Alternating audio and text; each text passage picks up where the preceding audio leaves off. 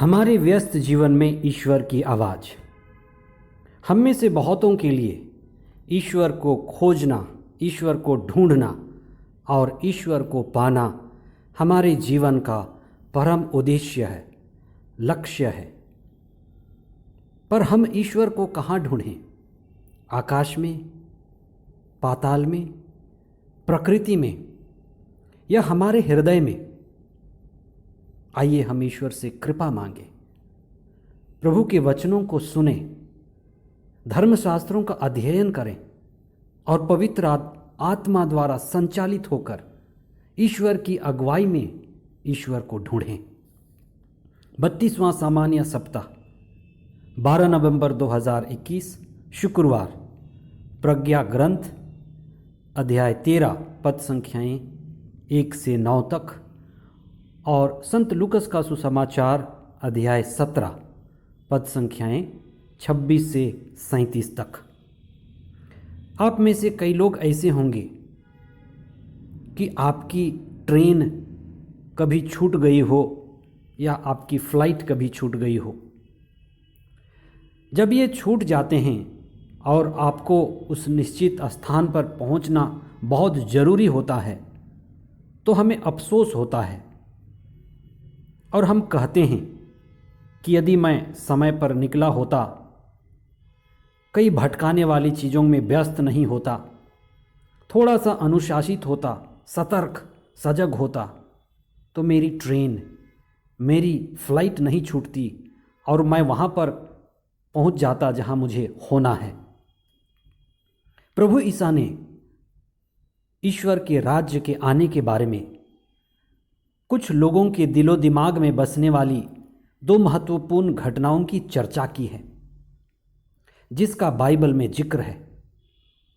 एक तो नूह का समय, जब अचानक जल प्रलय आया था, और एक लोट का समय, जब सल्फर की आग बरसी थी। वैसे ही दुर्दशा लोगों की होती रही है और आज भी हो रही है। नूह ने न केवल जहाज बनाया, लेकिन लोगों को आगाह किया और लोगों को बुलाया।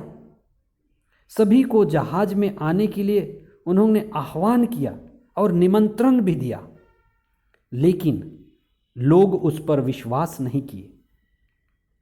नूह का तिरस्कार किए, उसका अपमान किए, उसके वचन और बुलावे को ध्यान नहीं दिए।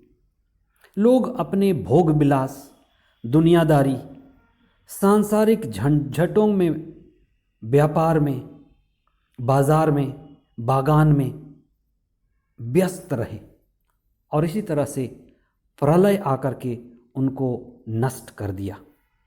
लोट के दिनों में भी वैसा ही हुआ, लोग व्यस्त रहे। देखिए, हमारी व्यस्तता बाहर की है, संसार की है, दुनियादारी की है, और ये व्यस्तता, सांसारिकता, दुनियादारी हमारी आत्मा को खा जाती है, हमारी आत्मा को लूट लेती है, बस शरीर बच जाता है। जब हम आध्यात्मिक रूप से सांसारिक चीज़ों में व्यस्त हो जाते हैं, जब हम अत्यधिक संसार में खो जाते हैं, तो ईश्वर के शत्रु बन जाते हैं। जैसे याकूब कहता है, क्या आपको पता नहीं कि जब आप संसार के मित्र बनते हैं तब ईश्वर के शत्रु बन जाते हैं। हम उड़ाऊ पुत्र की तरह संसार में खो जाते हैं और बेहोशी में होते हैं। प्रभु ईसा हमें सिखाते हैं कि हमें सांसारिक चीज़ों में ध्यान लगाकर भटकना नहीं है। प्रभु चाहते हैं कि हम सदा तैयार रहें, प्रभु से जुड़कर प्रार्थना करते हुए जागते रहें, अपनी दिया प्रार्थना के द्वारा, विश्वास के द्वारा जलाए रखें और ईश्वर की आगवानी के लिए तैयार रहें, जैसे 5 समझदार कुंवारियां तैयार थीं। प्रभु हमें बताते हैं कि ईश्वर के न्याय के दिन आने वाला है, निश्चित है, लेकिन आने का समय और आने की घड़ी को लेकर भ्रमित में जीना जरूरी नहीं है। गिद्ध पक्षी की उपस्थिति ये बताती है कि उसको उसके शिकार का पता चल गया है, इसीलिए वह उपस्थित है। ईश्वर का आना निश्चित है, लेकिन उसी घड़ी का जिसका लोग अनुमान करते हैं या घोषणा करते हैं, यह मनुष्य के संभव में नहीं है, ईश्वर के हाथों में है। अतः जरूरी इस बात की है कि हम व्यक्तिगत रूप से अपने आप को योग्य बनाएं, सत्य और ईश्वरीय मार्ग में चलते रहें और दूसरों को भी चलने के लिए प्रोत्साहित करें। कोई दूसरा व्यक्ति या कोई तीसरा व्यक्ति हमारे स्वर्ग जाने की या हमारे अच्छे मृत्यु की तैयारी नहीं कर सकता। ईश्वर से मिलने की तैयारी हर किसी को, मुझे अपने ही स्तर पर करना होगा। आपकी पत्नी, आपका पति, आपके बच्चे, आपके मित्र, आपके रिश्तेदार आपके लिए ईश्वर मिलन की तैयारी नहीं करेंगे, ना ही कर सकते हैं। एक उठा लिया जाएगा, एक छोड़ दिया जाएगा।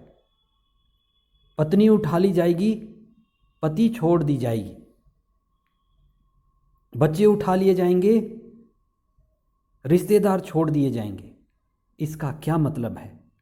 इसका यही मतलब है कि हर एक को ईश्वर के न्याय के सामने, ईश्वर के समय के हिसाब से उपस्थित होना होगा।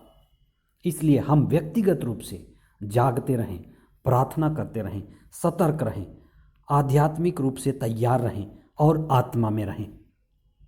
प्रज्ञा ग्रंथ हमें सिखाती है कि प्रकृति कितनी जीवंत है, प्रकृति कितनी आकर्षक और निराली है। कुछ लोग इसी प्रकृति से बड़े आकर्षित हो जाते हैं और उसकी पूजा करने लग जाते हैं। लेकिन हमें समझने की ज़रूरत है कि ये सुंदर प्रकृति, ये अति सुंदर है, रमणीय है, लेकिन ये ईश्वर नहीं है। इसको बनाने वाला ईश्वर है, इसका निर्माता ईश्वर है। इसलिए प्रकृति में हमें ईश्वर की आत्मा खोजनी है, प्रकृति में हमें ईश्वर की छाया देखनी है कि प्रकृति को ईश्वर ने कितना सुंदर बनाया। अगर उसने प्रकृति को इतना सुंदर बनाया तो वह कितना महान है, उसकी महिमा कितनी ऊंची है। आइए हम उसी ईश्वर से, जिसने प्रकृति को बनाया, हम सभी को बनाया और आशीष देता है, उनके साथ जुड़कर आशीष प्राप्त करें। हम प्रार्थना करें, हे प्रभु, हमें आध्यात्म में सजग और सतर्क रहने की कृपा प्रदान कर। हमें पवित्र आत्मा की संगति में बढ़ने की कृपा दे कि हम तेरे वचन को सुने, तेरे वचन से प्रज्ञा प्राप्त करें और उसकी ज्योति में सदा बढ़ते रहें। हम तेरे रास्ते से कभी ना भटकें। हमें आत्मा की ज्योति और तेरे वचन की प्रज्ञा प्रदान कर, जिसके द्वारा हम आनंदित और संचालित रहें। ये प्रार्थना हम करते हैं हमारे प्रभु ख्रिस्त के द्वारा। आमीन।